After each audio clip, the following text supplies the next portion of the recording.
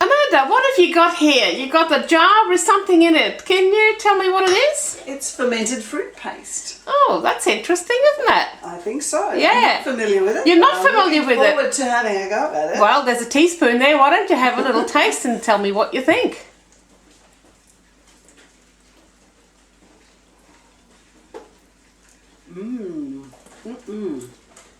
It's quite sweet, isn't it? It's amazing.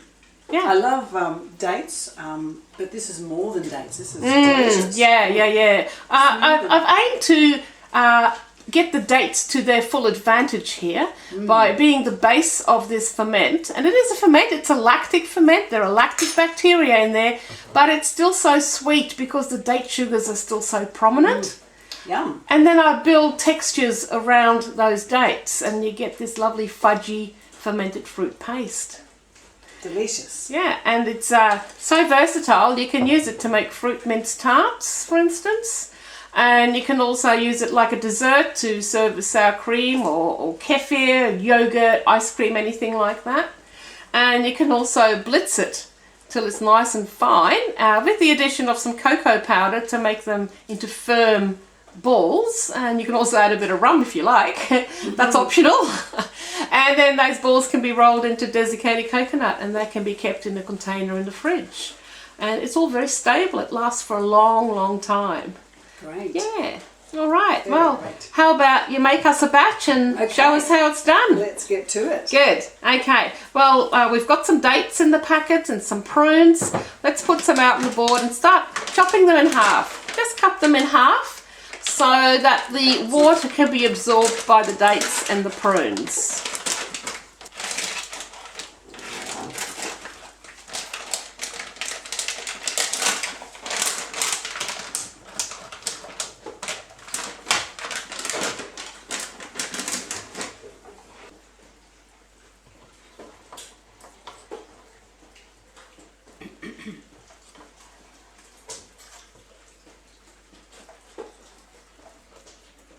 Okay, they're all cut. Yeah, they can all go into the bowl now.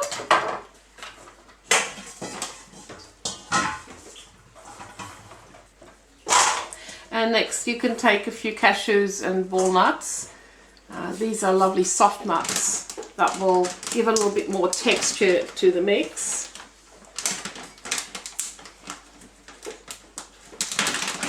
Just a few cashews. Yeah. Chop, chop.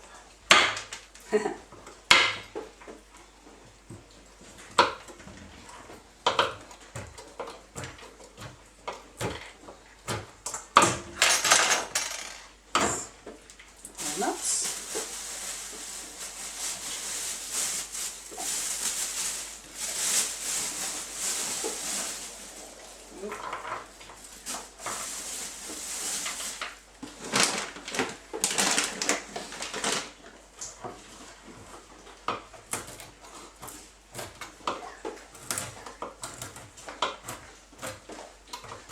Yeah, that's fine. And then just take a few sunflowers and a few pumpkin seeds. Just a bit, yeah. It all adds up to that extra texture in the background to cut through that smooth fudginess. Yeah, beautiful. And a little bit of grated ginger to help cut through the sweet. That bit of ginger really adds it. Did you taste the ginger in your little sample, Amanda? You didn't really notice it? Didn't really notice. No? it, Okay, we'll increase the ginger a little bit then. So do I need to peel that off or just? Oh, I just grated, yeah. Any size? The big size is good, yeah.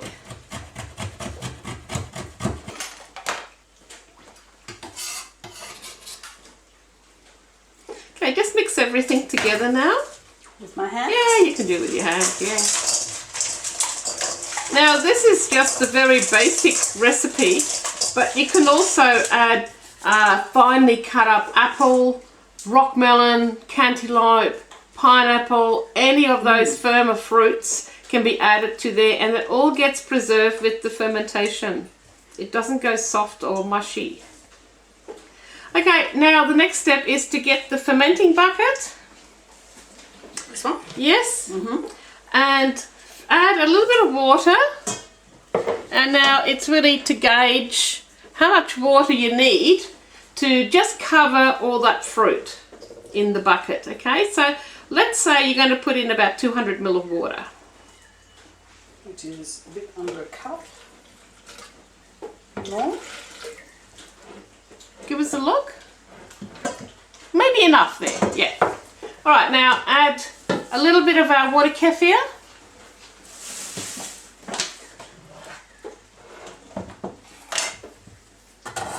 And how much is not really important, but it can be the equivalent of a couple of tablespoons, but just chuck a little bit in. I'm going to use the scoop so I don't spill it.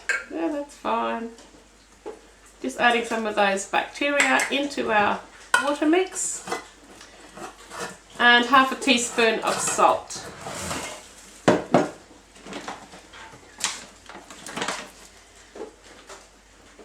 Green. No? The pink one is half a teaspoon, yeah.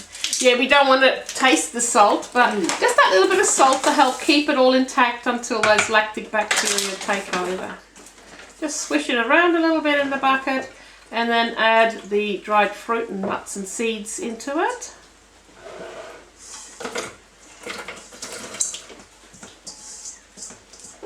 And I've got here this little lid that sits on top. Just place that on top and press it down. Is there a little bit of water coming over or Yes. a lot? Well, no, it's just a little. It covers the lid almost. Okay, let's have a look.